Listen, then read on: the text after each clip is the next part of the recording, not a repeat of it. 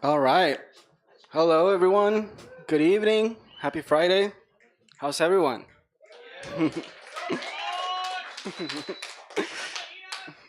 ¿Qué onda?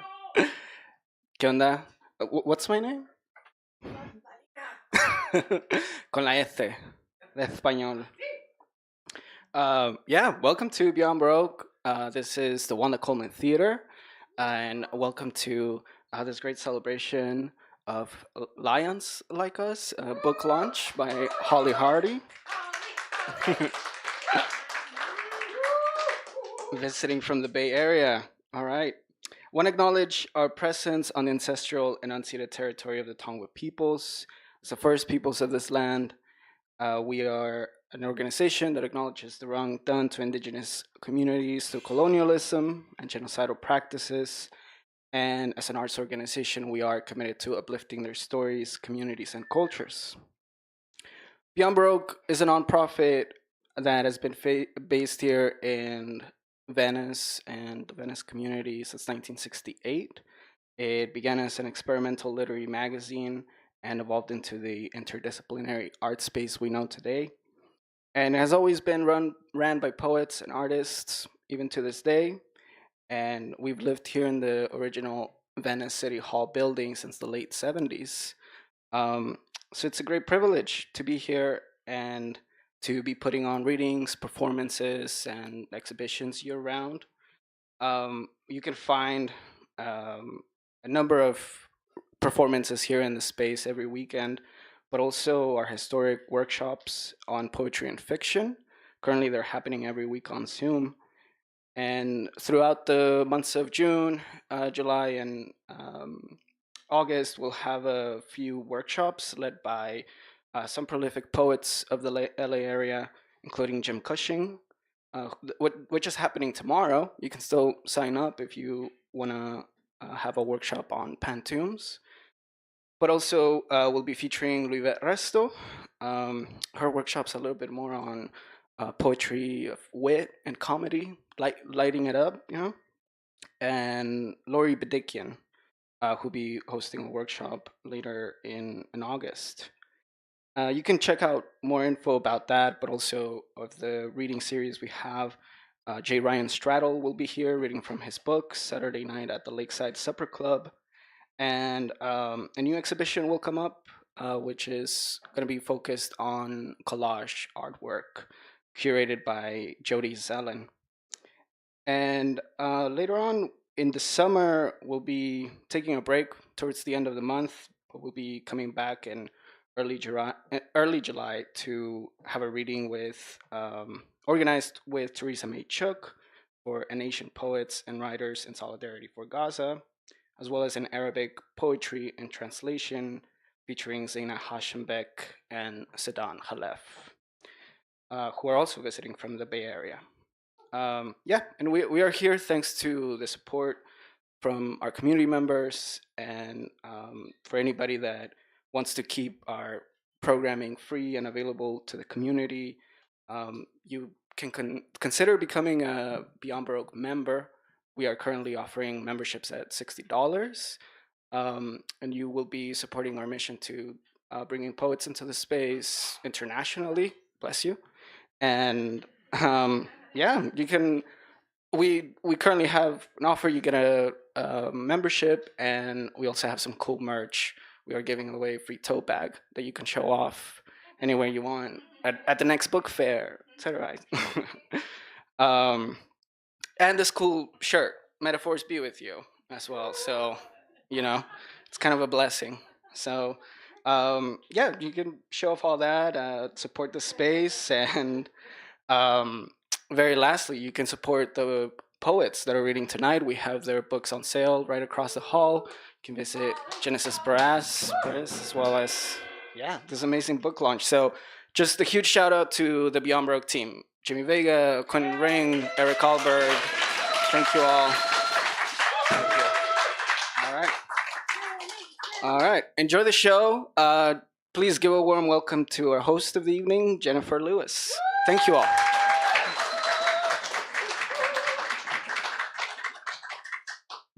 Hi, everyone. I'm Jennifer Lewis. I'm the publisher of Lions Like Us. I'm really excited to bring up our author tonight. Holly and I went to grad school together, where she was the shining star at Fortune Hills, editor of our magazine, always our leader. If you know Holly, she's not only an incredible writer, she's a fantastic community leader and a true force in the literary world. I've admired her work from her first book, How to Take a Bullet and Other Survival Poems, published by Punk Hostage in 2014. And now I am thrilled to celebrate the release of her second full-length book. Please put your hands together for Hollie Hardy.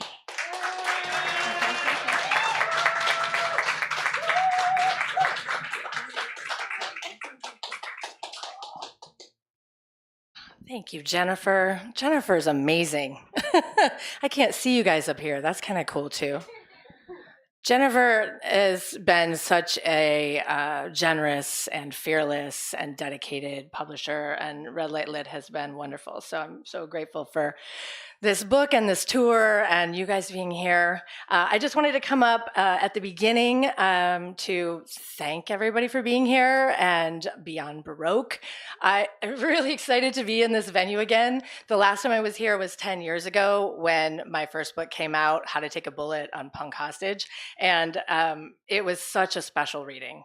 All of the Punk Hostage family came out for that. So I really wanted to bring some of them back here with me tonight. And so we do have a few Punk Hostage brothers here tonight, Dennis Cruz and Rich Ferguson, that are sort of connecting up with that. In the interest of brevity and flow, instead of reading bios at the beginning of each person, I'm just going to list them all off now. So pay attention to who you're going after, so you know when it's your turn. And then you're just going to come up, poets are going to come up one by one in this order. It's going to be Rich Ferguson first, and then Jeffrey Bryant, K.R. Morrison, Rick Lupert, Jennifer Lewis is going to read us a story.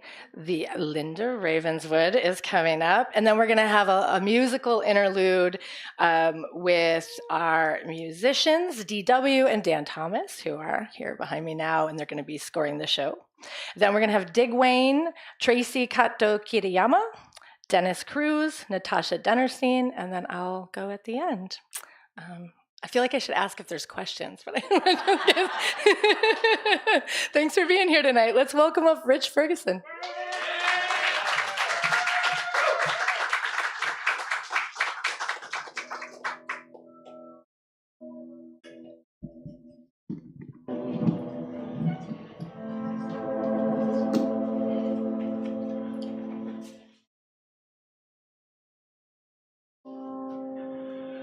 When asked about the scars around your lips, tell them you are speaking peace in a shattered glass world. When asked about employment, say you were a wound collector on the broken frontier. As for where you reside, tell them your heart is equidistant between joy and suffering, the now and never, the sweet flower and Hiroshima cloud. Regarding why you say the things you say, tell them the full moon is in your mouth.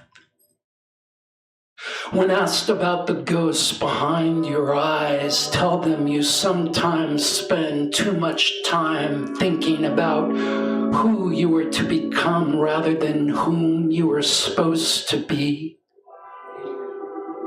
As for why some leave the world too soon, tell them death's reflexes are sometimes quicker than prayer.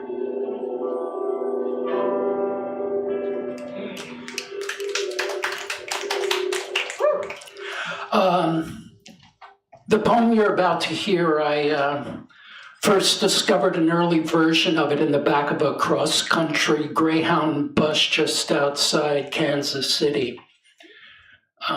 It was hanging with two hippie girls, Opal and Sierra, starry-eyed waifs, beads and feathers woven in their hair, peasant dresses, reeking of weed and patchouli.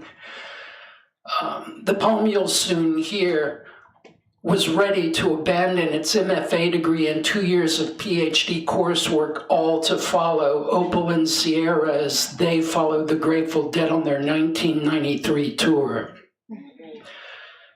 Another thing about the poem you'll soon hear, while it clocks in at a mere 17 seconds, I feel there's so much more to say about it. Its muses are elusive, its fingerprints barely a whisper, its DNA has never been discovered on any computer, in any writing journal or publication. It was inspired by all the thoughts that have awoken me in the middle of the night, ones I promised myself I'd jot down, then promptly fell back asleep and forgot. The poem you'll soon hear is gender neutral, highly political, anti-gun, anti-hate, anti-rape, anti-discrimination.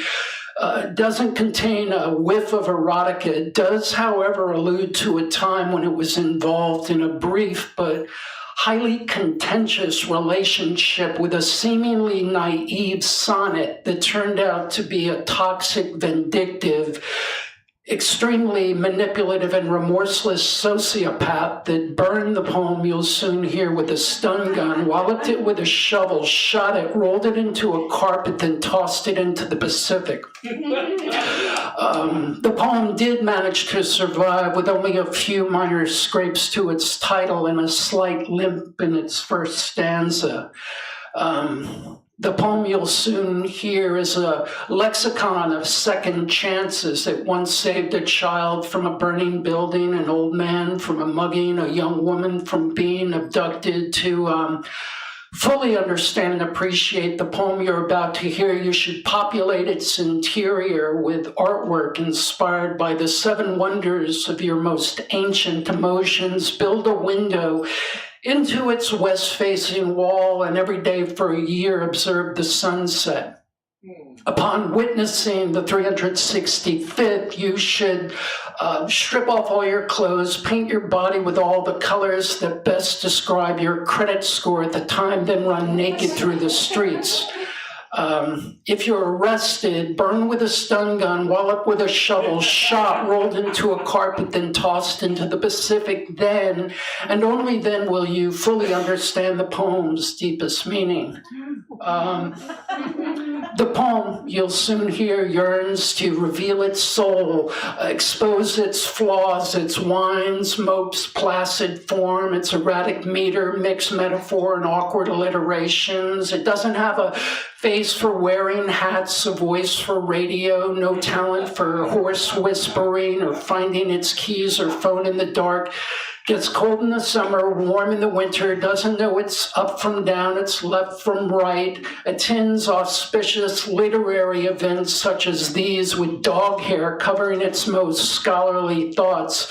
Still, the poem you'll soon hear knows to say thank you when receiving kind words at writers' workshops, always wipes its feet before entering your ears to reveal its innermost feelings.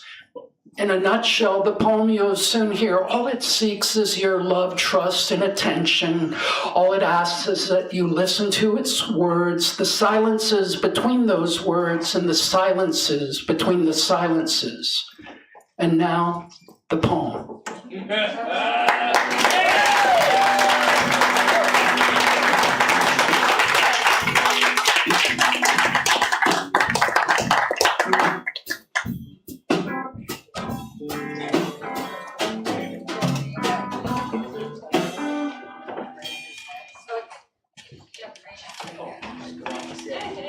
Sorry, I didn't know. I thought this was going to be an intro. That was fabulous, Rich. Happy Pride Month, everybody.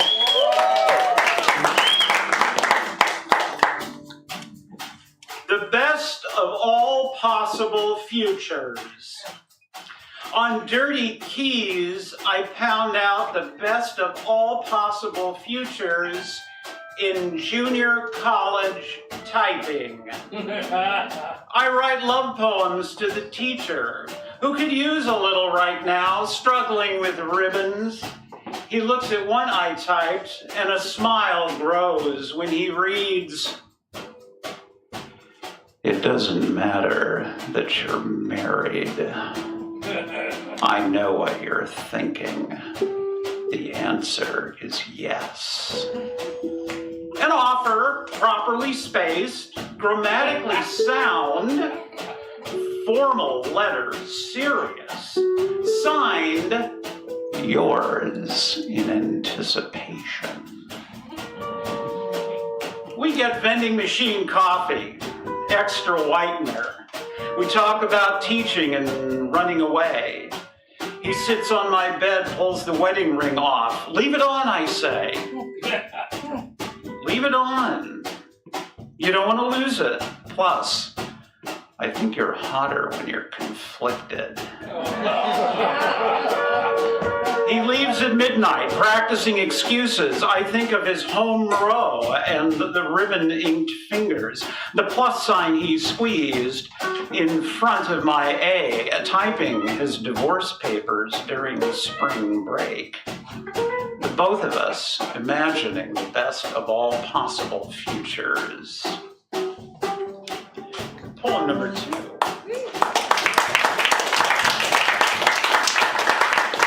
Packing and unpacking. Mother packed clothes for family summer trips, laying out the gendered so tenderly. I was all faceless, trapped within lines, costumed in this boyhood.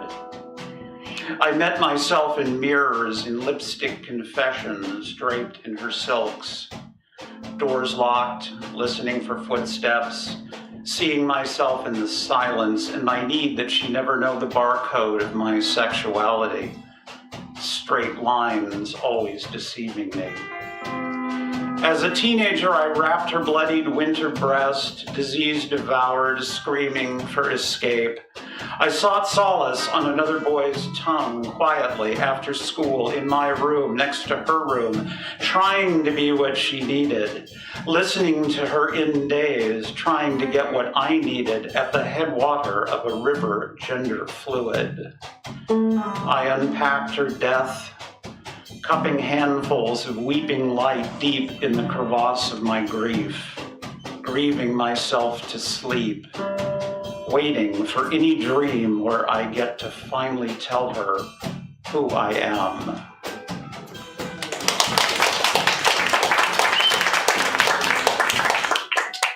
My Last Supper from Mao's Kitchen. I run the sweet and sour faucets. I twist my good nipple to wake up. I bathe in oyster sauce. I pour Dayglow tea into a fur cup.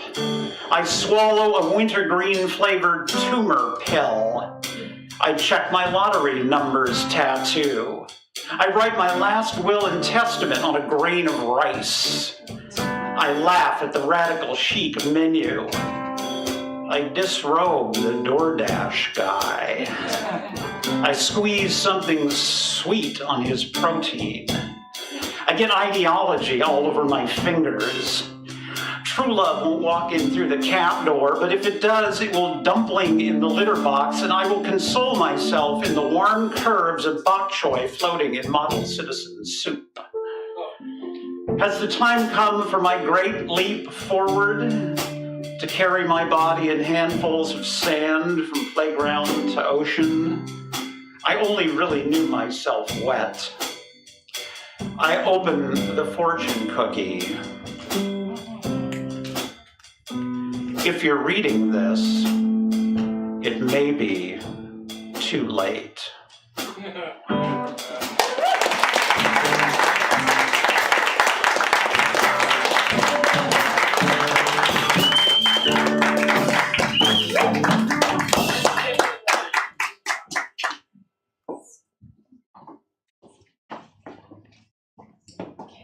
Morrison.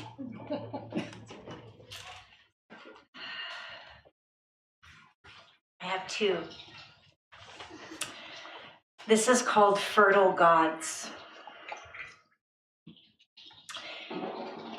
Inside a mother who buries her child is a fifth world war. In her womb, a submarine bored by blue in dark seas. Somewhere in her sorrow swim is a great white armed with arrowheads, death daggers. On each one she carves a sigil for every assault, every bone in her back aching, war story. When a mother cries magic, joy from her baby's first breath, then crashes into cradling them, blood spilling, baby's mouth clanging by man bombs. Poets like me, we wonder, when in the sickening sacred burden was she anointed one of the gods? Poets like me, we wonder why garden harvests around her have the audacity to blossom. When a mother is alive, she must become a woman outside of herself for fertility, for others, for the greater good, red fire falling down her cheeks while we all bask in her growth and apparitions. When a mother bereaves her child, she ages into graves. Sanskrit calls her Viloma, a desert cactus blooming buffalo gourds. From the weeping she ingests, swallows herself for Grand Canyon grief. Beneath her fingernails, always she endures small talk, bills, jobs, time, none of it stops. Inside a mother who buries her child, her spirit hibernates between hurricanes and tumbleweeds. She builds new living rooms stocked with battle axes, Hoover massacres. She stuffs her tears into aerial bombs for the daughter pilots.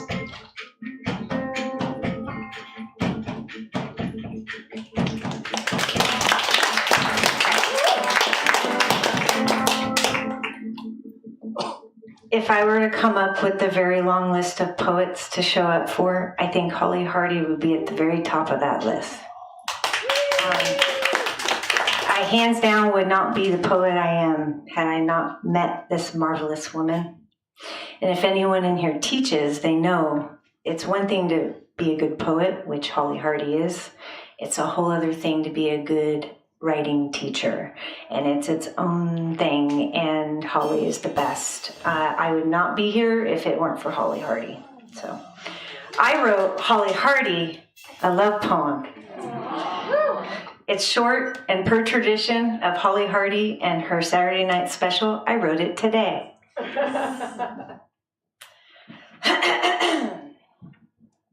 I dare you to piss off a lion girl whose rising sign is in Libra. Unless you're a Libra sun with snakes in her hair, you don't stand a chance.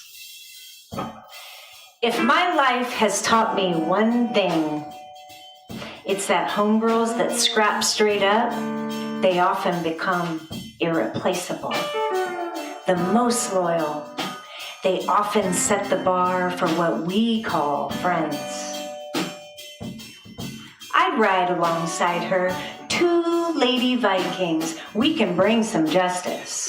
Throw one wild party on the scales, hunt through the masks, collect truth and tenderness for those craving ascension, for those who have the courage to pick soul stretches over small talk conversations. For the lion girl and her witch friend, we got no time for the dead. We got poems to key in car doors, a mountain to climb in the mouths of lovers who learn themselves because of lions. Because of lion girls who take bullets and other poems. Because lion girls born from fire are brave enough to breathe more than most. Because lion girls ignite words in the wild she awakens within others.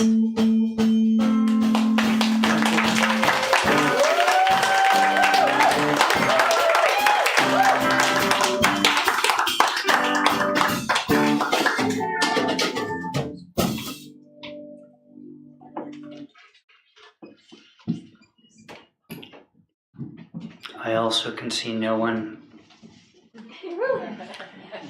but I assume you're there. Hollie, I'm so thrilled to be in this room with this roster of immortal poets celebrating this beautiful, beautiful book, which is so gorgeous. Please judge this book by its cover. Please. And it's a treat to be in this place, which is such a comfortable, homey place. So thank you for having me. Guys, play something. I'm going to ask you what to play, then play what, just nod and play whatever you want. It'll be like, good. Like there's a 50-foot woman in the room. I was going to read a poem about war, but then I saw Hollie's email about the theme, love, sex, and relationships. We're going to let war slide tonight. This is called Making Love to the 50-Foot Woman. Foreplay takes a week. You have to buy a ladder. When she says just a little to the left, you get there by car. You can have her in 2 different neighborhoods at once. Mood music, an orchestra, her bed, a forest. Protection? Let's just say you can get lost in the options. When she finishes, it makes the news. Items fall off shelves. Bridges collapse. When you finish, she doesn't notice. With a woman so large, feeling inadequate is normal. She is aware of this, makes you comfortable, looks down at you with her eyes like 2 Hubble telescopes, says to you with open mouth and legs, "Don't worry, sweetie, you're just the right size."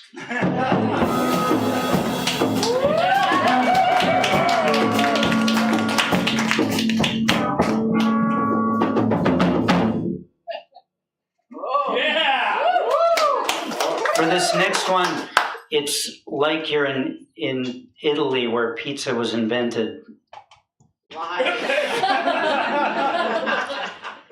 This is from, I've got 2 more. This is from my book, It's Spritz O'Clock Somewhere, which just came out. Thank you, Beyond Baroque, for stocking this without even me asking you to do so. I wrote this in the city of Naples, where pizza was invented. It's called At Night with Pizza. Waiting for a table at the place where margarita pizza was invented. A Melancello spritz is in my veins, and we will dine in unlike the citizens of the takeout line which goes up the street to where the city is divided in half. This could take a while, so I may need wine to continue the magic and fall in love with whoever brings it to us. A platonic love like one has for food, food that invokes memory when it touches our tongues. I may use the word tongue and mouth in my travel poems too much, but one thing's for sure, it's not going to stop.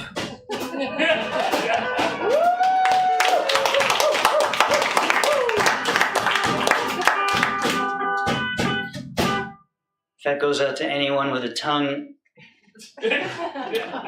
This one, like, you're just so in love, and it's been that way for a long time. Every year, my wife, Addie, who's... You're right to say that in that manner. I write a poem for her. Last year was our 19th anniversary. Our 20th anniversary is coming up in a few weeks. I haven't written that poem yet. This is called 19 Years. In civilizations, the Bronze Age is the one where the presence of writing first appeared. So let it be known as we enter our second Bronze Age, with full knowledge that our writing began at year 0, we were way ahead of our time. Yes, second Bronze Age. As any good list of the first 60 years of marriage will tell you, the first Bronze Age comes at year 8. But enough about the ages of the world. When I consider the ages of our love, they are all strawberry. Sometimes dipped in chocolate, sometimes surprising you in a hotel room, and always surrounded by music as we stuff them into each other's mouths. What a thing to be away from you on any day, let alone on this day. We were not built for not holding hands. We need it like oxygen. You are my oxygen, my sweet fruit, the very blood that travels around my body, making sure every part of me is okay. You make me okay. And God knows what a challenge that is. I'm a hot mess, or maybe a cold mess, or I don't know. You know how I feel about temperatures. The point is, you're my blanket when I'm cold, my free-flowing air conditioning when I'm hot. You've even learned to exhale warm air to fix any condition. You're my condition. Your 19 years of lips walking as they do, puckering without even a command. Our unique symbiotic biology, it's getting the list writers to come up with elements for beyond 60. They're looking at us and thinking, oh shit, we're gonna need more. Here's to the more. Here's to the forever. Here's to the words we started writing at the year 0. I love you.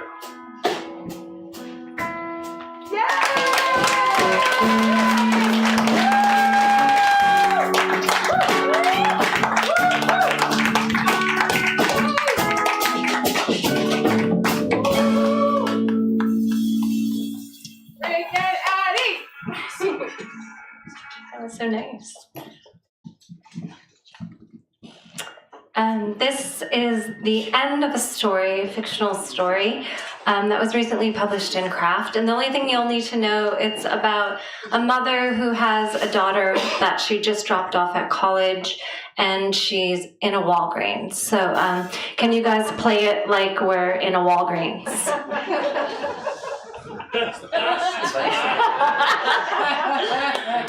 Okay, I'm waiting. Customer associate needed in the family planning department. When we first moved near the Clement Street Walgreens, the only items under lock and key were condoms, pregnancy tests, and the real Sudafed. 20 years later, even the floss sticks and Q-tips needed to be guarded. It's a shame you're closing, a woman says to the man behind the counter. They won't stop stealing, the man says as he scans her items. People just take what they need. Customer associate needed in the memory department. I walk down the aisles and think about how many infant droppers of Motrin we went through. All those nights we spent hours steaming Lucy in the shower to clear her lungs from one viral cough or another. We bought all her school supplies here, Valentine's cards, Easter bunnies, yellow marshmallow chicks. Not too long ago, she and I walked here where she got her period so she could pick out the items that were the most comfortable for her body. I sit down in front of the closed pharmacy. The red button says, "Need help?" Customer associate needed in the grief department. Two teenage boys roll magazines and shove them into the pocket of their sweatshirt. They look like kids Lucy went to grade school with. They must recognize me because when I stand up, they run down the aisle and out the automatic doors. I walk over to the baby department, looking at the Similac formula, remembering the foggy day when I decided to switch from breast milk. I remember wanting my body chemistry back so badly, but I didn't want to put anything unnatural in Lucy's body. I felt that same way when I held her hand when she got her COVID vaccine here, and when I stood outside a doctor's office after I encouraged her to get an IUD. I hope I knew what was best for her, but what if I didn't? I picked up a package of Pampers Swaddlers and I tried to smell the baby powder through the plastic. One diaper is the size of my iPhone. She's now 4 inches taller than me. I'm about to tear the package open with my teeth just to smell the chemical baby powder, but a woman in a paisley dress stands next to me. I know I'm never supposed to ask this, she says, but I can't help it. Are you expecting?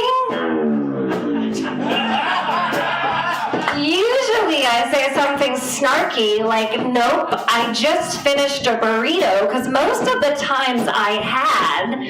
Or I say something sharp like, you shouldn't ask me that.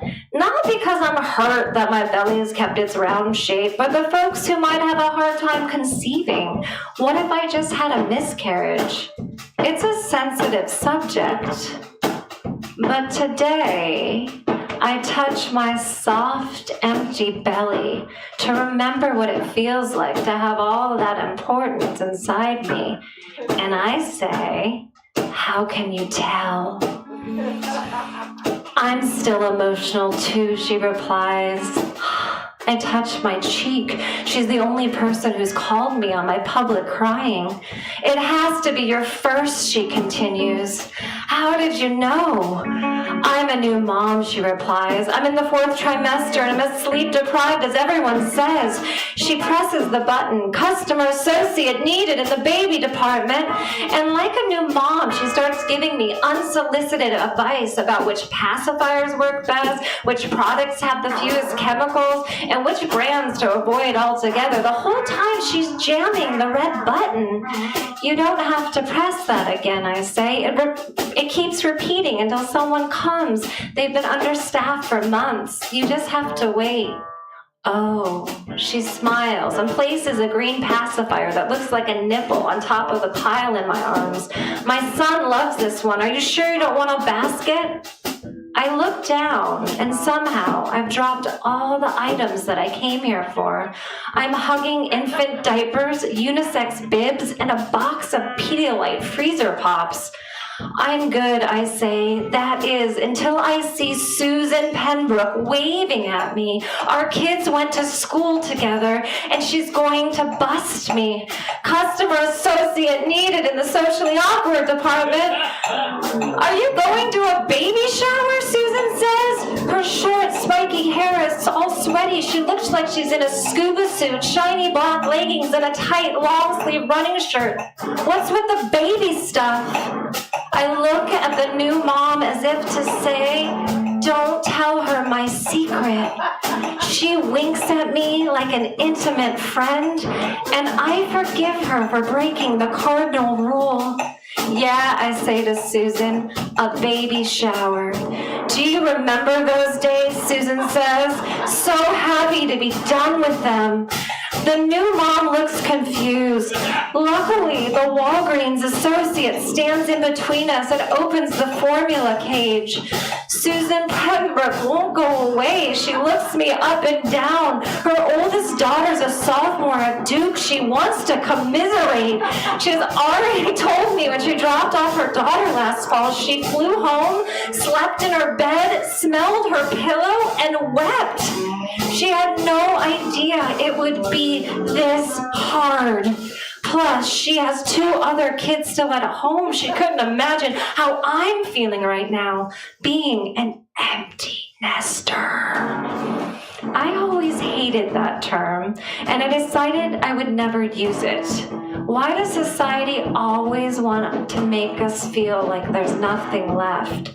What are you going to do with all your free time, she says. Start scuba diving, I reply. They look as confused as I do. Behind them, I see an older woman stuff blush compacts into her bra. A barefoot man with dirty jeans grabs a gallon of milk and starts chugging. White liquid drips down his chin. Where's the shower? It's virtual, Susan, but I'm dropping off a gift basket. It's so sad they're closing this place. People take what they need, I reply. We walk to the register. I can't stand behind the 2 of them. I pretend to need more things, but no one stands in line behind them. They start showing each other pictures of children on their iPhones. I'm stuck. I don't want to be here anymore, but I can't let go of the baby items in my hands. There's this voice inside me that keeps saying, nothing will ever fill you up again. Society, be quiet. A box of stuffed teddy bears are looking at me. Take me, they say. You need something to love. I walk over, pick one up with my teeth like one of those toy claw machines where no one wins, and I stroll out of the automatic doors hoping someone will tackle me. But the alarm sensor doesn't go off. The associate doesn't even lift his head. The other moms are so engrossed in their children's photos they've forgotten all about me. Outside, I pass the older woman with enough rouge on her cheeks that she looks like a clown. I nod at the man with a gallon of milk between his legs, and I walk home with everything I no longer needed pressed to my chest. Thank you.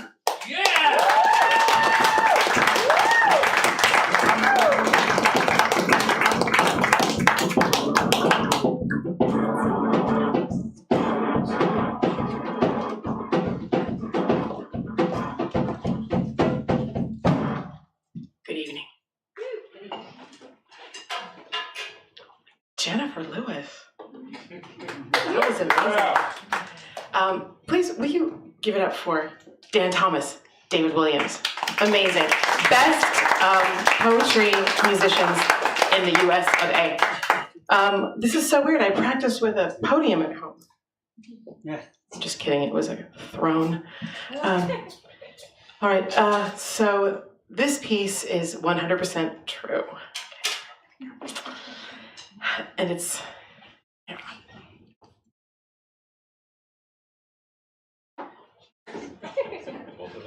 Yeah. Oh, I'm tall tonight. I'm usually so short. That's good. All right.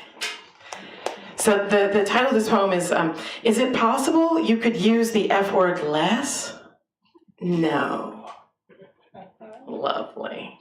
That's the title. All right, here we go.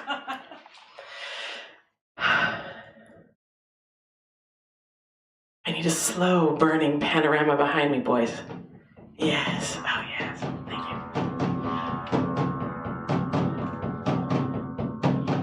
Fuck me so good, I wake up with your morning breath. Fuck me so good, suddenly I like your mother. Yeah. Fuck me so good, I walk out of work on Thursday in the middle of Mo's diatribe in conference room B. Fuck me so good, I'm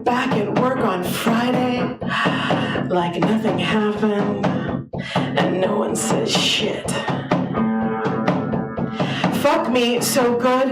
I believe in free love, matrimony, polyamory, whatever you say.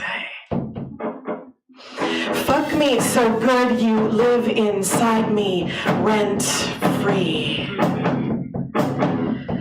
Fuck me so good I can't say the word come anymore without remembering you bringing me over every time. Fuck me so good I understand my Roth IRA. Fuck me till I don't remember lunch or math or words or how to drive a car. Fuck me into flowers. Fuck me till my parents and children agree on something. Fuck me till my mother understands people's pronouns. Fuck me till the end of blood. Fuck me to my virginity. Fuck me till I forget my name. Fuck me to the end of war. Fuck me into deep tomorrow. Legit, fuck me till I'm a man like you. And then fuck me so right, I'm the man who fucks you. So right. Fuck me to ecstasy, to unconsciousness. Then revive me and do it all over again. Fuck me against the law. Fuck me beyond possessiveness. Acquisition. The deed to your daddy's ranch. Status, class, receipts. Break every door down. Unlock every lie. Remember every history. Erased, dropped, put on the curb. And fuck me to spit. To the last breath. Down in the dirt. And leave us there in our perfect fuck. So fuck me till I forgive all the land grabbers. Till I forgive your rapist.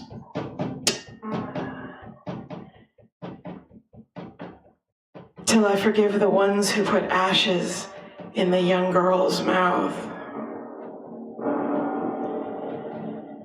Fuck me till I forgive your father.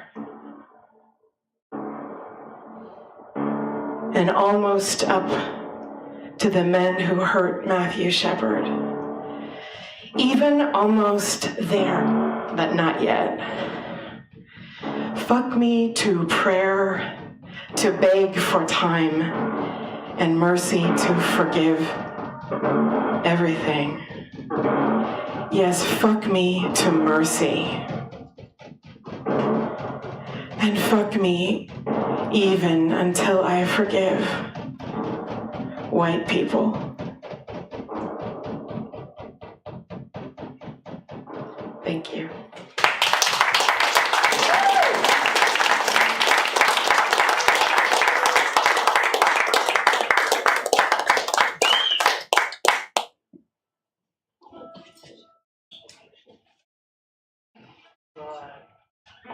Do you want that? I can bring.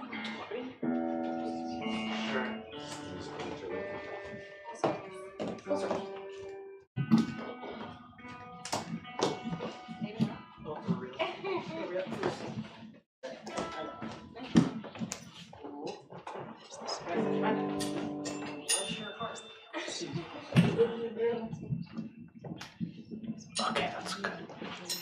Thanks, Lynn.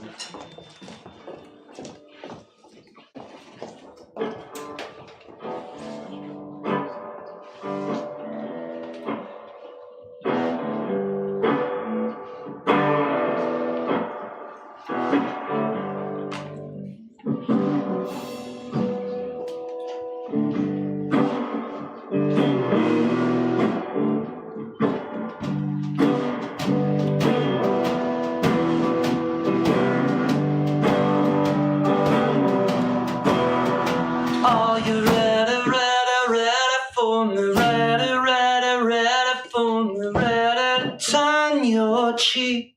Ready, ready, ready for me, ready, ready, ready for me, ready to wet my beak. Screw your hair on right, lock your makeup down tight. I really like how under the bright lights your foreign policy matches my eyes. And there's no one left to see us, only better room between us. Ready, ready, ready for me, ready, ready, ready for me, ready to turn your cheek. Are you ready, ready, ready for me, ready, ready, ready for me, ready to wet my beak? Shove it.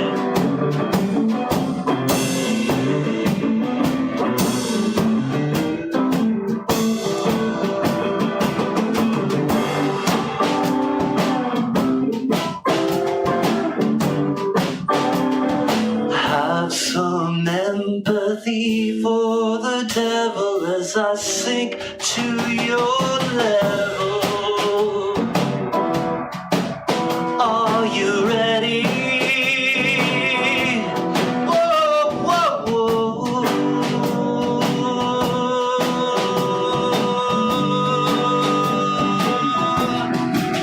Are you ready, ready, ready for me, ready, ready, ready for me, ready to turn your cheek? Ready, ready, ready for me, ready, ready, ready for me, ready to wet my beak. Are you ready? Oh, whoa. Hey.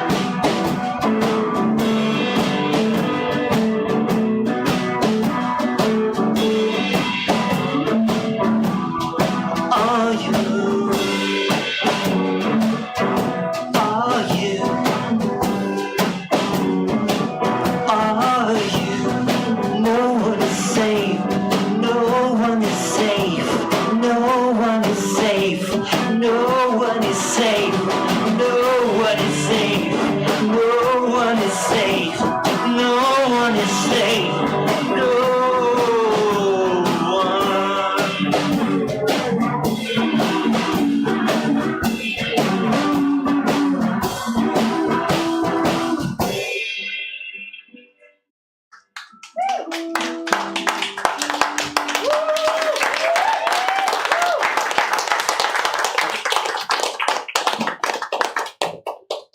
Bless your hearts. What's that song called, David? Are you ready?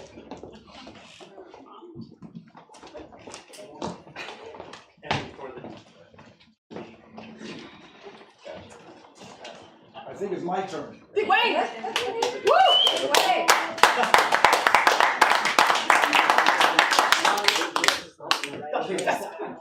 All right. All right. Help with that mic. What? Should I talk this close to it? Oh, hello, hello. Maybe I'll talk this close to it.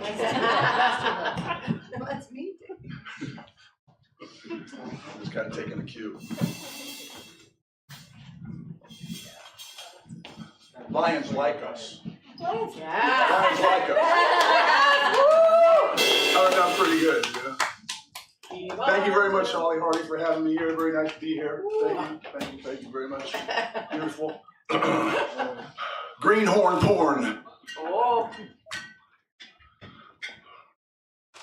Two grasshoppers that couldn't conceive found an injured ladybug.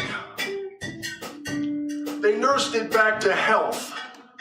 In time, they considered it their child.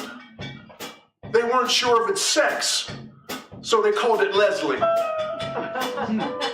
One day, the male grasshopper came home unexpectedly and discovered Leslie masturbating. With more than a touch of pride, the adopting father announced, "My son, the ladybug."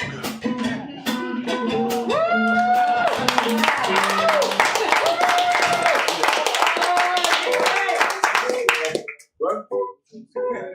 Okay. Thank you very much. Okay, so this one's going to rhyme, so I should read it off my phone. But I won't. Unhand me, social graces. Blow my nose on my napkin, wipe my hands on my shirt, cut the line at the pharmacy, rub my dogs when they hurt. Shake the knob on the bathroom door, you've been in there long enough. If you drop the deuce, strike a light. Don't let the air hang tough. Smack my lips on watermelon, dry my mouth with a sleeve. Bend the truth, tell a good story. I thought they'd never leave. Please and thank you sparingly, only if I mean it. Excuse me if I bust your chops. Save your breath, you'll need it. With a rusty nail, I cleanse my palate. Send my etiquette to Connecticut. Ain't no bound to doubt it.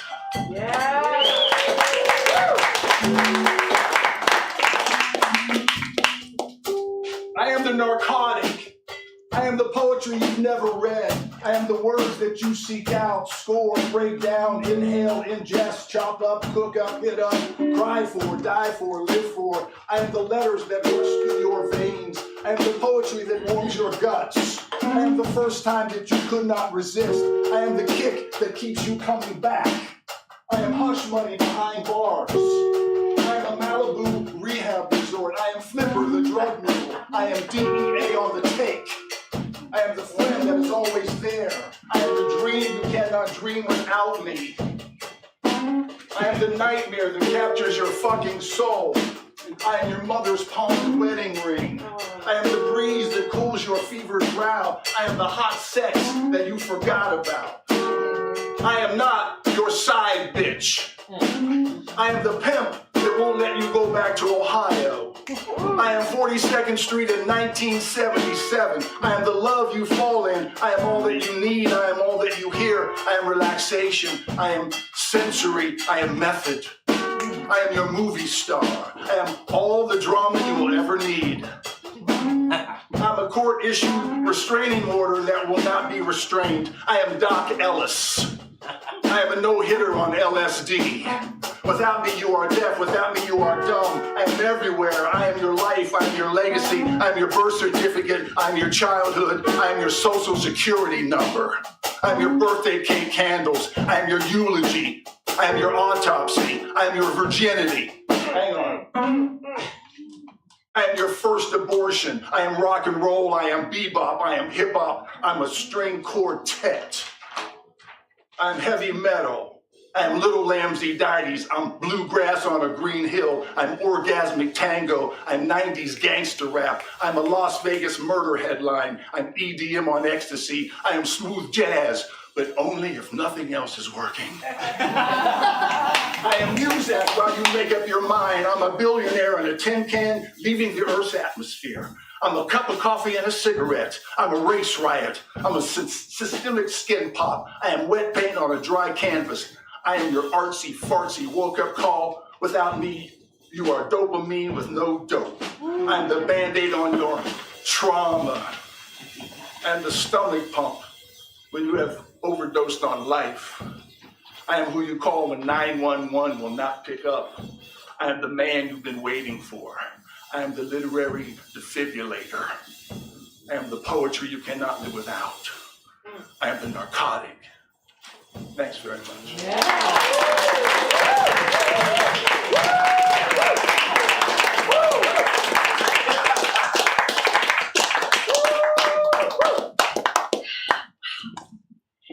Thank you, Holly. It's so awesome to be here with you and to read with you for the first time. I'm going to try to turn this a little bit. Trying to figure that out. Okay. I just want to, yeah, just. Okay. Okay, that's good. Yeah, but if you want to have more. I think it's fine. Yeah. Oh, perfect. Thank you. Thank you. I'm so bad at reading emails. The whole night I was like, I missed the instruction where there's going to be music backing us. But it's so great. I love it. All right. Does everybody remember Anne Heche? Rest in peace, Anne Heche. Okay. a brief essay leading up to the Anne Heche reference. A friend once said, "That's right, you're still queer." And I burst out laughing, which startled her and made the words she spoke float up and hover right there in front of her eyes. So I explained that I usually just call myself queer without saying the word still. And from my tone, she knew we could smile it off and leave the thought in the air between us without launching into a history lesson of my relationships. Terminology is a funny thing. And I know it gets complicated when people saw me with a cis man while watching the word queer make its way into my introduction at meetings or whenever it just comes up because it can, and well, it does. Before I stumbled upon the identity of pansexual, I at times gave up and proffered the word bisexual, especially to the curious uncle or auntie, only to get the ubiquitous, "Oh, I see, I think." Even then, some would say, "But you're with him." My gut reaction was to ask if they'd only ever been with one person their entire life. Maybe thus the confusion? Instead, I'd end up divulging either my sexual resume or a blank stare, both saying far too much. The second time I told my mom I love all kinds of bodies was the first time she heard me, because now the other body in the relationship waiting for me at home made my feelings official in her book. I understood. It's complicated. I reminded her I'd already come out to her before in my early 20s. Mom didn't flinch, didn't even miss a beat. She asked me, "Is this an Anne Heche thing?" My eyebrows did their usual "what the hell" thing. No men before Ellen, like a phase kind of thing. I contemplated this for a while, feeling delighted that the very first verbalized reaction from Mom had a touch of pop culture savvy to it. I didn't even know she knew about Ellen and Anne Heche. I didn't want to forget the moment. And I didn't want either of us to mess it up with more useless language. I just sat there smiling, mouthing, and repeating her words. Sometimes moms can say the funniest things in the very best moments. So I have this book, and I have a lot of notes through it, note to self, notes to community, notes to world. But this one is NTAOUQ, which is Notes to Allies of Us Queers. I once heard an ally uncle say his fantasy is to host a big hall full of families, wholly present to witness the coming out of their child and another's child, and just one after the other, like a room full of folks testifying and receiving witness, and just a whole bunch of queers coming out in front of every single person in their family. Said our community would be healed once this happens. Ally uncle, maybe that is not for you to say. Coming out isn't always the only way to happiness. There are queers with extremely full lives, full of love and family, chosen and otherwise, and a way of loving and being that is healthy and not out in any way that is obvious or verbalized. Please let each queer friend of yours decide for themselves the way they want to be at any given moment with any given family member, blood or not. And don't be surprised if they tell you they are healthy, satisfied, joyous, whole.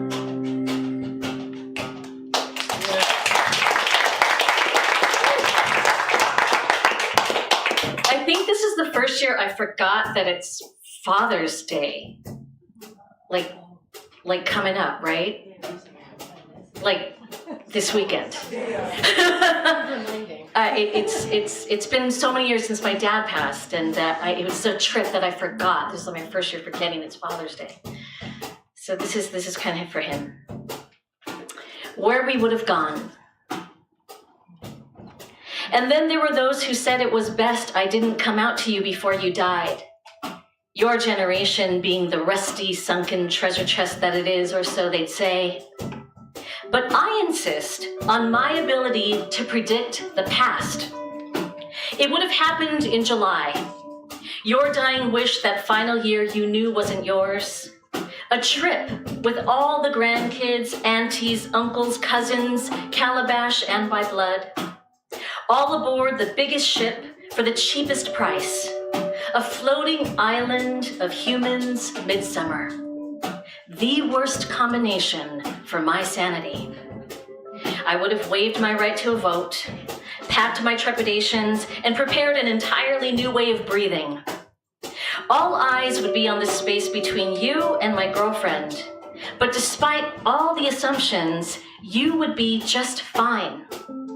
Because the summer before, sitting down for lunch that should have been hamburgers or tacos or anything you wanted, me hunched underneath another failed relationship, the warning of others I'd made the wrong choice. Again, there I was trying to defend, promise I will be fine, I promise I know what I'm doing. All you knew was to leap from your chair.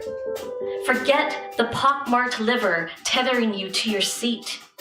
Put your hand on my shoulder. Make everyone else turn to vapor.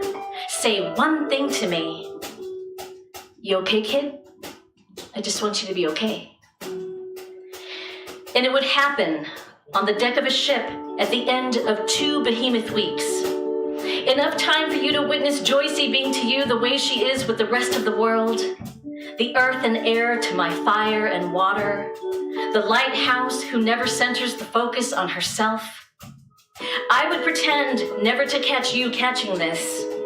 And come the sunset of our trip, after wave upon wave of sticky toddlers, sopping wet miniature cargo shorts, stomping alongside sloppy drunk men children, expertise gained of every open bar available before 3 p.m., and the mastering of overwhelm by every buffet.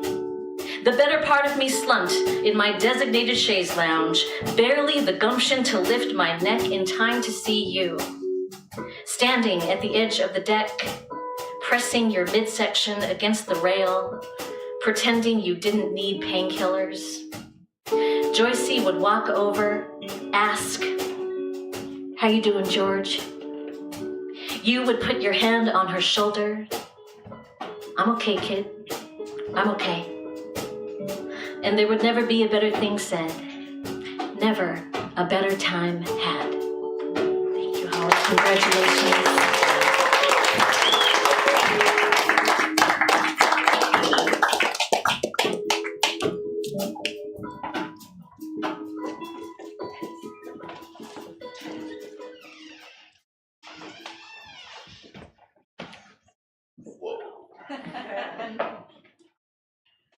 Hollie, thanks for having me. Just to put a little magic in the air, I'm going to read one called Sorcery. You want to see a trick? Of course I said yes, I was 8. Who doesn't want to see a trick when they're 8? He was 9 because he got held back, so of course I looked up to him. And he was taller than everyone else in class. We were walking home from school on Olympic Boulevard. I lived on Normandy, and we were just a couple of blocks from my house. "Check this out," he said, with his eyes shining and his teeth bared in this menacing grin. He then pulled his pants down, bent over, and opened his 2 ass cheeks with his hands. I had never seen an asshole opened up like that before. So I thought, shit, not bad, but that's no trick. But suddenly, it began to open, and a monstrous log of a turd came sliding out. Good Lord, it was fucking amazing. I had no idea an asshole could open so wide. It was the most amazing thing I had ever seen. I almost threw up. Then just like that, it was over, and he just pulled his pants up and started walking, giggling like he had just shown me some funny secret thing. That's when I knew he was fucking crazy. Not crazy like he was wild or brave, but the other kind of crazy. The eating cockroaches while jacking off kind of crazy. After that, I was always afraid of being alone with him. I knew his older brother was a friend of my uncle's, and word on the street was that fucker was crazy too. I never could figure out how he thought taking a shit on the sidewalk while holding your ass open with your hands was a trick. But now that I'm older, I can appreciate the magic in it. I mean, it's definitely black magic. But I get it now.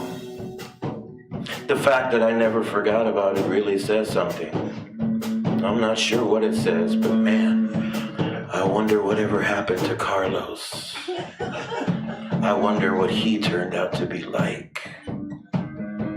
Whatever he is, I'll bet he's at least interesting.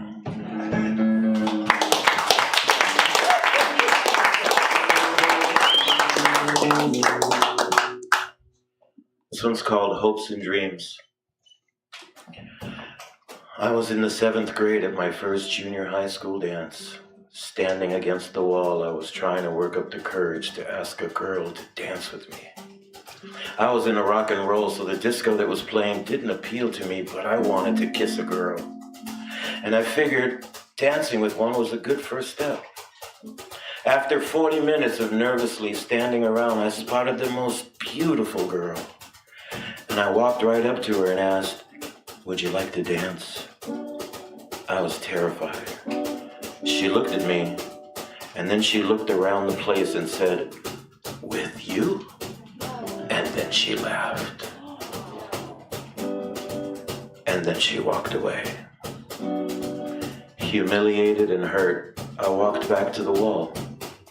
Why did she have to laugh? I didn't ask another girl to dance until I was 23 years old. I often think of that day and wonder, whatever happened to that girl? And although I know it's pretty petty, I always hope and dream that she died alone of rectal cancer in a dimly lit hospital room with brown blood dribbling out of her rotting ass.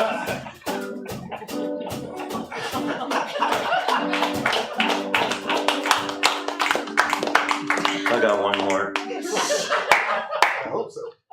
Words of, don't take your loved ones for granted. They are not required to love you. Never overeat. There is nothing worse than ruined pleasure. What you think you feel about sex is just a thought about a feeling.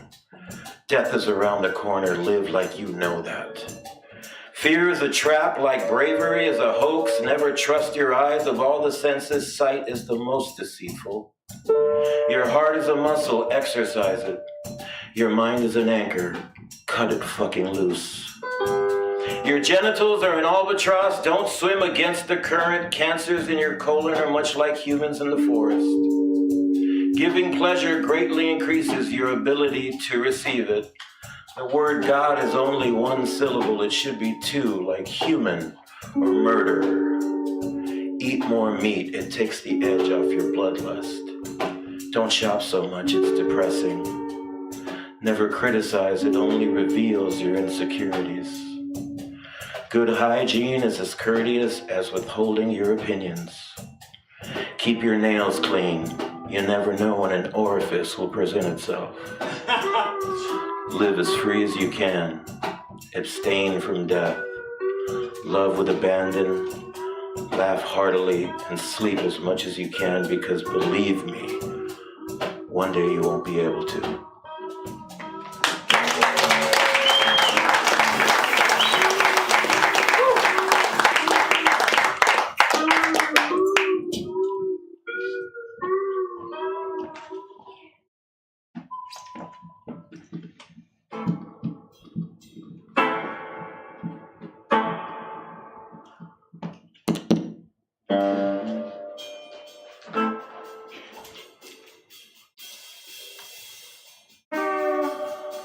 Identity.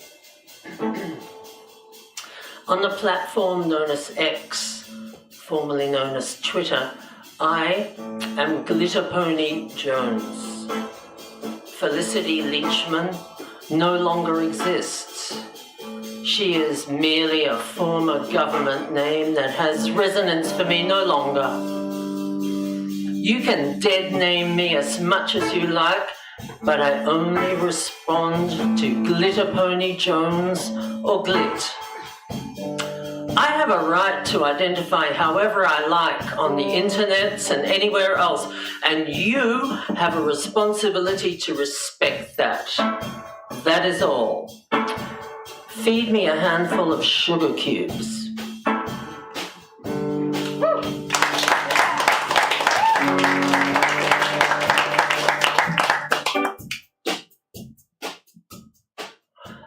The Palace of Ice. Sharp metal blades plus rock-hard ice seem a dangerous combination, but produce such elegant, gliding beauty to your 11-year-old boy eyes. It's a sport, it's a hobby, it's socially acceptable. But for you, it is ballet manqué, a way to dance femininely under cover of normalcy.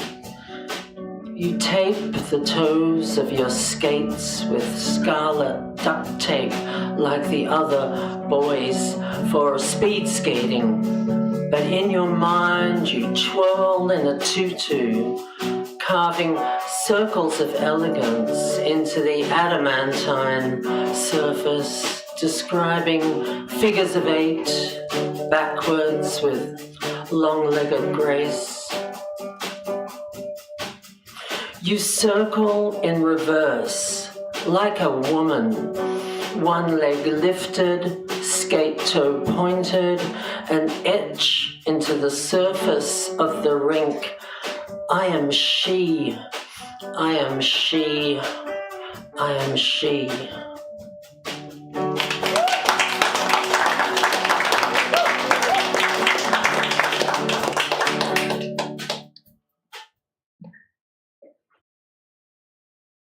Branding. Hello. My personal brand is sad, sexy, emo trans. My soundtrack is Mazzy Star or anything slow in a minor key like Lana. Love me some Lana. But not so much as to appear joyful about it, which is so not my brand. My signature colors, obviously, are black, burgundy, and hunter green. My celebrity is Kristen, if you're beginning to get the picture.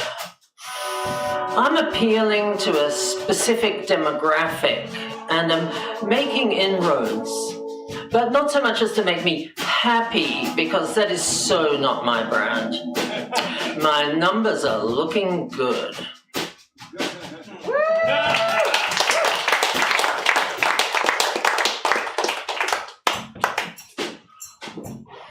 Taxonophile.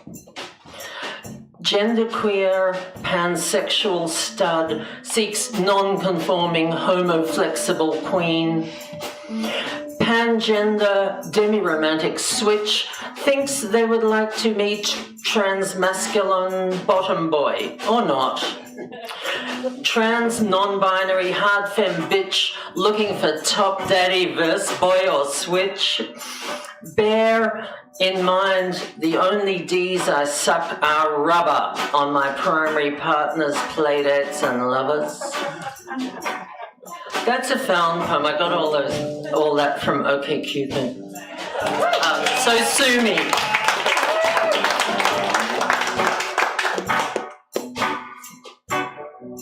Merch. Do you like my digitally manipulated artwork? Do you like my pithy memes and my bikini body? Do my stripper heels please you? I'm an activist, and my brand is hot, spiritual, female empowerment. I own my own body and sexualize, fetishize, and exploit myself. Here is my name, and don't forget it. You'll find me after a cursory search, so hop on my website and purchase some merch.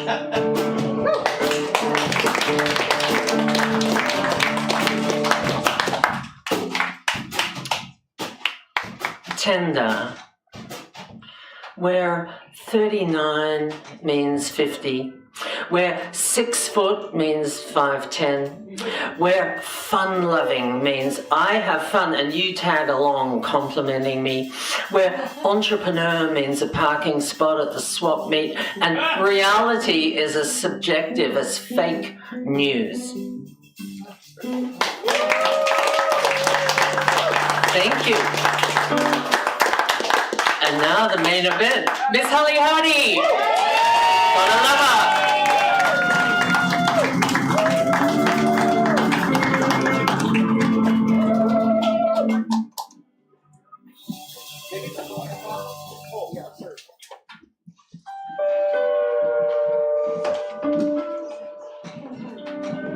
How's that, guys? Good. Awesome. So, can we just admit how amazing all of these writers have been tonight? Can we clap for them?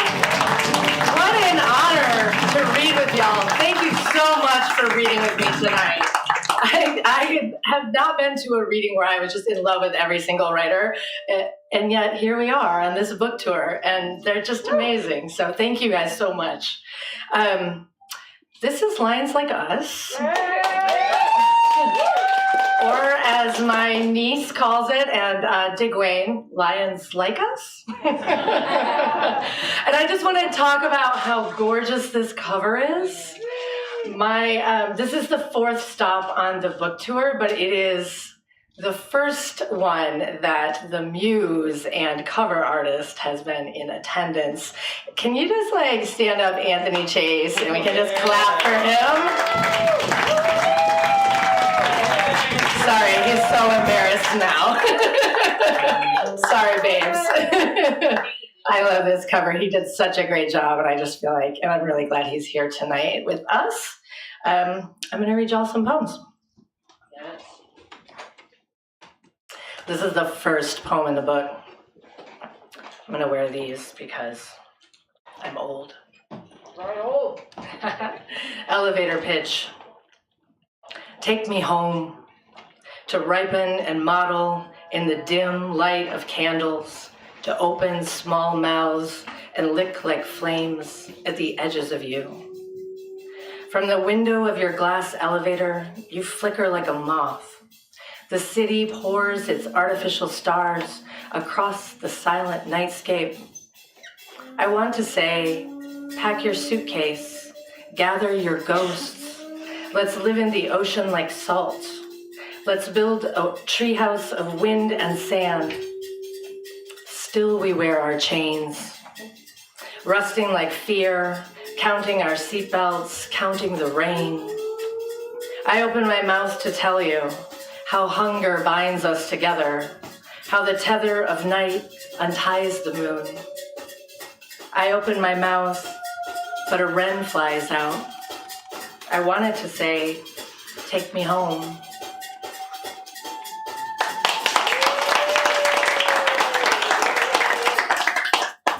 Storm. The nightscape is a skillet of coffee shops, bone split patterns of jagged light, a swarm of incorrect sky. Nor can the go that green gives be ignored, these flesh vessels, their slippery delights, your willful promiscuity. We are wet hair, soul-drenched, infused with liquor. We are the sound of rain on roof. Here is a uterus I just know you're going to love. Unyielding, purpling, the unraveling of the throat. In a storm that doubles as longing, how we shudder and thrust and ache. Gnaw at the angel's bloody hammer, strain against the rope, until at last we curl in sleep. in this garden of little letdowns, private animals, guardians of tenderness.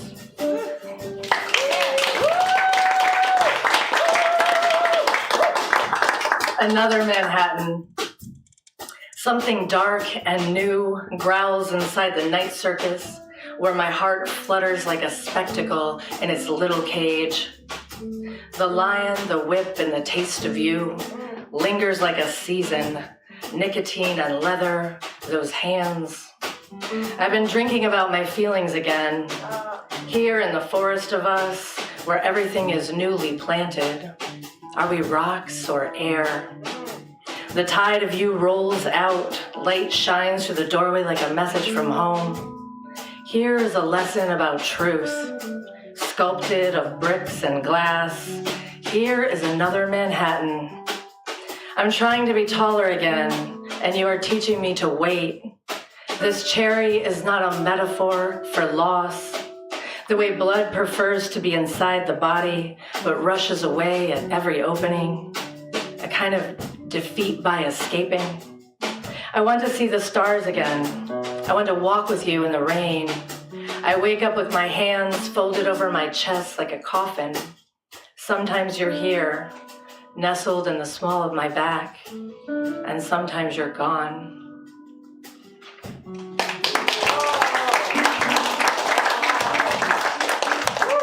Ephemeral. We play house in a crumbling castle, make believe with loose-fitting breath. We drink the river from shattered glass, this body in drenched repose, ribboning like bandages. Remember, you still have hands to paddle this boat we built for now.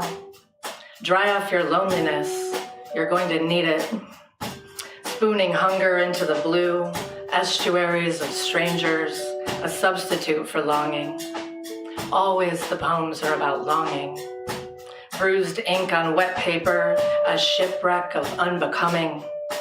We are lamentations of ghosts, pulsing in our tidal afterglow.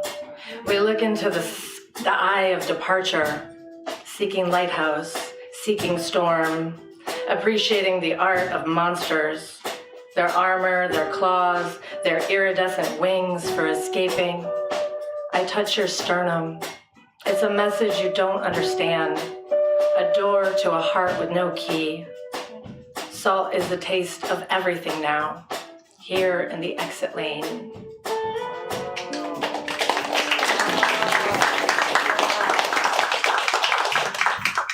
Unseen. This one's for KR. Woo! Perhaps you are the spark which lures the moth to its glowing demise, igniting the divine. Charred whispers travel the breath, jasmine climbs the night air, teasing. Your balsamic laughter, a memory of violence. That which is invisible languishes in abstraction. The texture of smoke, your unconscious bias. I resolve to end a poem without resorting to sleep. I discover my mistakes like strange treasures reflected in the actions of others. The ocean's indifference, relentless, roaring in my smallest bones. The secret ingratitude of sunlight. I lay back in the grass and let the sky slip over me like a childhood. I remember how you wanted to be smaller, how you tried to fold yourself into a paper bird, tiny wings full of dark. If they wanted to, all the spiders of the world could band together to eat all the humans of the world. And when they were done, we would be gone, and the spiders would still be hungry.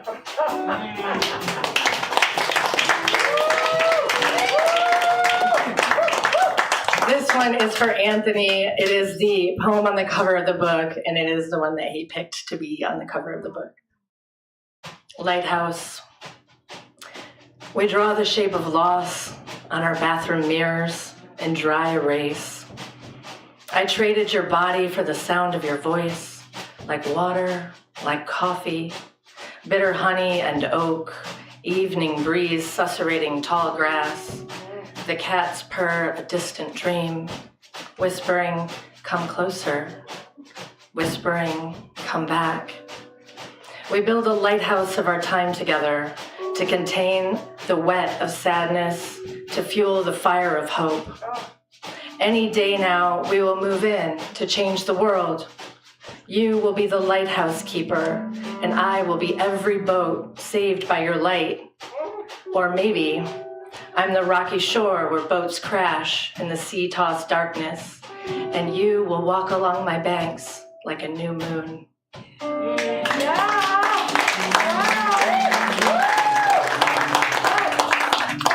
I have 3 more. This is the poet warning 3. Falling. So much happened in our imaginations. Skylines and bridges in silhouette. Loneliness wrapped in fog. In what dewy light can we learn to breathe? We play a game of hide and seek inside a fear of fire. I've been waiting here all along, ripening like an old Polaroid, a camera obscura crouched behind a deepening sky. I offer you the shadow off my back, exposed in your net of shade. We entertain the possibility of eternal architecture, a false promise we sip and savor before the storm. I want to keep you in my gray-green sea, ignore the come-hither motions of mountains and seasons. At night, we wallow in sad songs and gastric arias, weigh compromise and sacrifice like love and reckless. We have nothing without the vehicle of the body, its dark labyrinth, the textures of iron and silk. If I fall over the edge of the world, would you catch me? Would you keep me? Would you punch holes in the jar so I could breathe?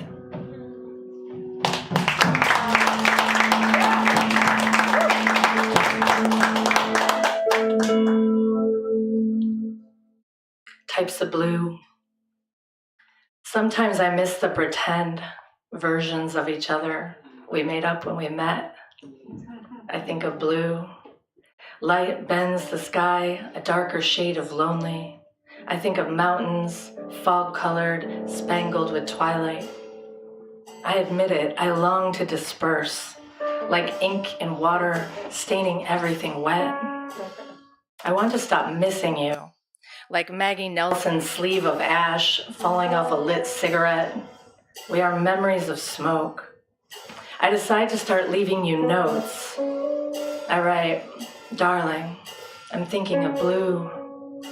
I want to write a poem that makes you cry, like a Joni Mitchell song, rips the tears right out of your heart or throat or wherever tears are made.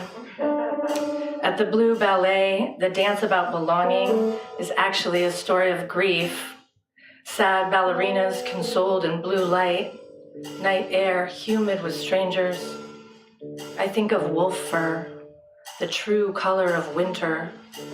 Picasso's blue guitar, Joni's melancholy voice, breaking up the line with fresh blue sorrow. You don't notice the imaginary love notes I've been leaving you. I just want you, I write. I just want you to be okay.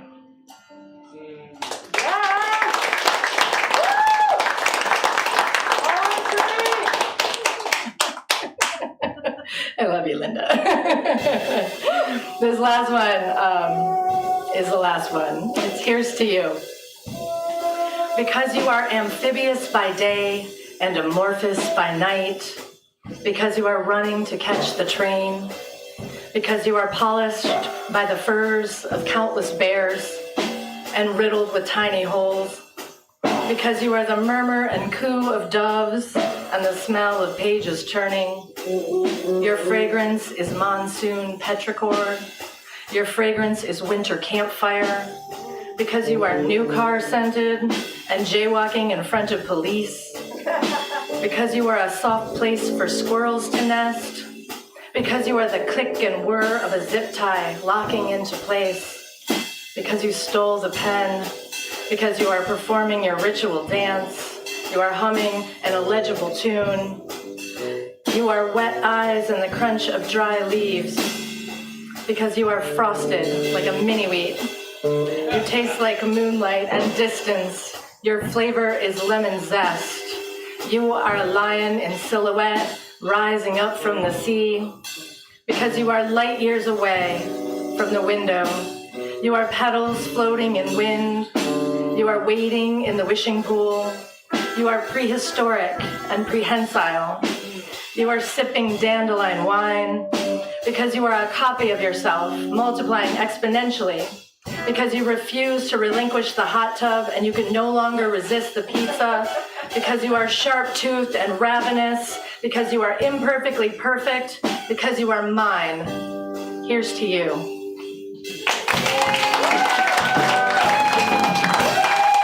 Thank you so much. Thank you to Beyond Baroque, to all the readers, to Anthony, to Jennifer, to the band. I want to have all the readers come up and take a picture. Can we do that right? Can we just do it? Let's do it. Let's do it now. And then y'all can go buy books. If you loved any of the readers, tell them you love them. Buy their books. Their bios are on my website at holliehardy.com. Come take a class with me if you want. Come on up, y'all.